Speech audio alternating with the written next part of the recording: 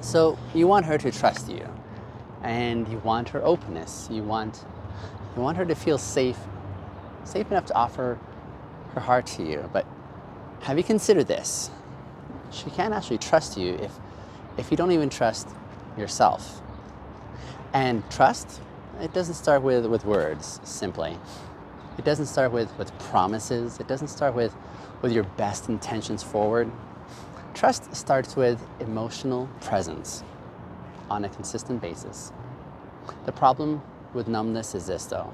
You've been taught that emotions are dangerous, and that there's signs of weakness perhaps, that they're liabilities to be managed or minimized or even tucked away and hidden.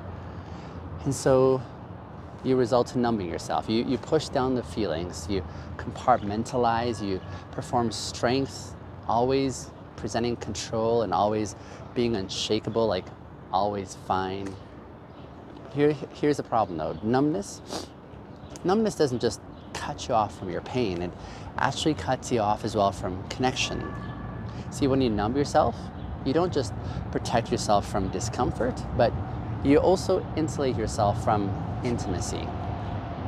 And she can sense that. She can feel that. She can feel the walls that you're building or have built. She can feel the distance that you've created. She can feel that you're not quite there. Like you present to be there, but you're not really there. And no matter how many good things you do, no matter how carefully you craft your image, no matter how much you say that she can trust you, if she can't feel you, she's not going to trust you. She won't trust you.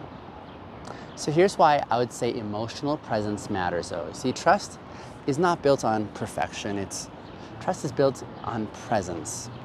Presence says, I'm here with you, fully, honestly, without any defenses.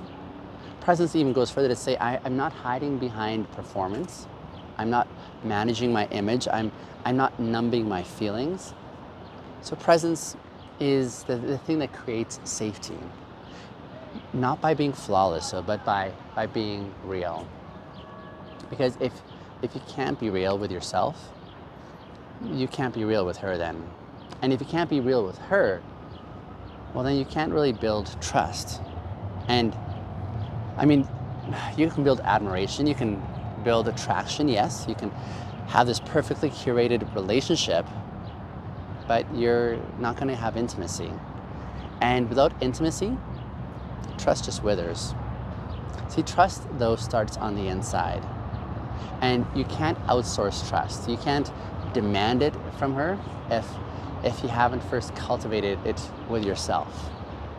Trust isn't about convincing people, it's about becoming a man who knows his own heart, a man who can sit with the discomfort that he has to navigate through, who can feel the fear without letting that feel control him, a man who can feel the sadness without crumbling under it, and who can feel love and actually let it in. You see, you want her to trust you though, right? First you have to trust yourself. Trust your emotions enough to feel them, to process them. Trust your intuition, at least enough to listen to it. Trust your humanity enough to stop hiding behind the performance that you've been putting on. Because the man who trusts himself radiates something quite rare, and that is safety. And it's not the safety of control, but the safety of authenticity. The fear of feeling though is real, right? If you've been taught that your whole life that emotions are dangerous, and it does make sense that you'd be afraid of them, right? Maybe you grew up hearing man up or stop being so sensitive. So maybe you learned early that the world rewards stoicism and punishes vulnerability. And so as a result, you learned to suppress, you learned to manage, you learned to hide. And suppressed emotions though don't disappear, do they? No, they fester, they leak out in other ways, in irritability, in withdrawal, in numbness, in disconnection. See, avoiding emotions does not eliminate them, it weaponizes them instead.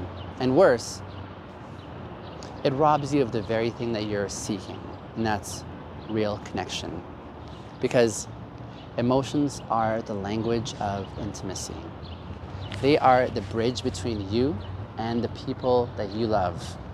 So if you can't feel, then you can't connect. And if you can't connect, you can't build trust. But here's a glimpse into what happens when one stops running. I'll tell you a quick story here. This one guy I once was acquainted with, I'm going to call him Marcus. He was a strong one. He was always calm, always composed, always fine. But his relationships were shallow. People liked him, but they actually did not know him. Partners admired him, but they didn't feel safe with him. And deep down, Marcus knew why. And that's because he wasn't there. I mean, not fully there. He was managing perceptions, but not building intimacy. He was controlling appearances, but not really creating connection. And it wasn't until Marcus finally stopped running and stopped numbing and stopped hiding, it wasn't until then that he began to experience the change or the transformation. It was then that he allowed himself to feel, to grieve, to be scared, to be vulnerable. And slowly he started building something that he had never had access to before, and that was the experience of trust, like real connection, real love, real deep trust. And it wasn't because he became perfect all of a sudden, but it's because he actually started becoming present. Listen, I want you to know there is a freedom from fear that is possible. Freedom doesn't stop when you are trying to navigate with no fear. Like, it means you're going to stop numbing to survive, and you're going to stop performing to impress, and you're going to stop protecting yourself or feeling the need to. Freedom looks like standing in your own emotions without apology. Freedom looks like being present with yourself first, at least, before you're present with someone else or trying to do so. Freedom, it's the soil that trust really grows in. Because trust is not about managing appearances. It's about meeting reality with honesty. It's about showing up as you are, not as who you think you're supposed to be. But here's how to rebuild emotional trust, okay? If you've spent years hiding from your emotions, it's not going to change overnight, though. But it can change. And here's how I believe it begins. Number one, name what you're feeling. You can't heal if you're not going to name the thing. So start simple. When you feel something or anything, try naming it. Not in your head, but out loud, or on paper. Say, I feel angry, or I feel sad, or I feel scared, or I feel ashamed. No justifications, no self-judgments, no explanations. Just honesty.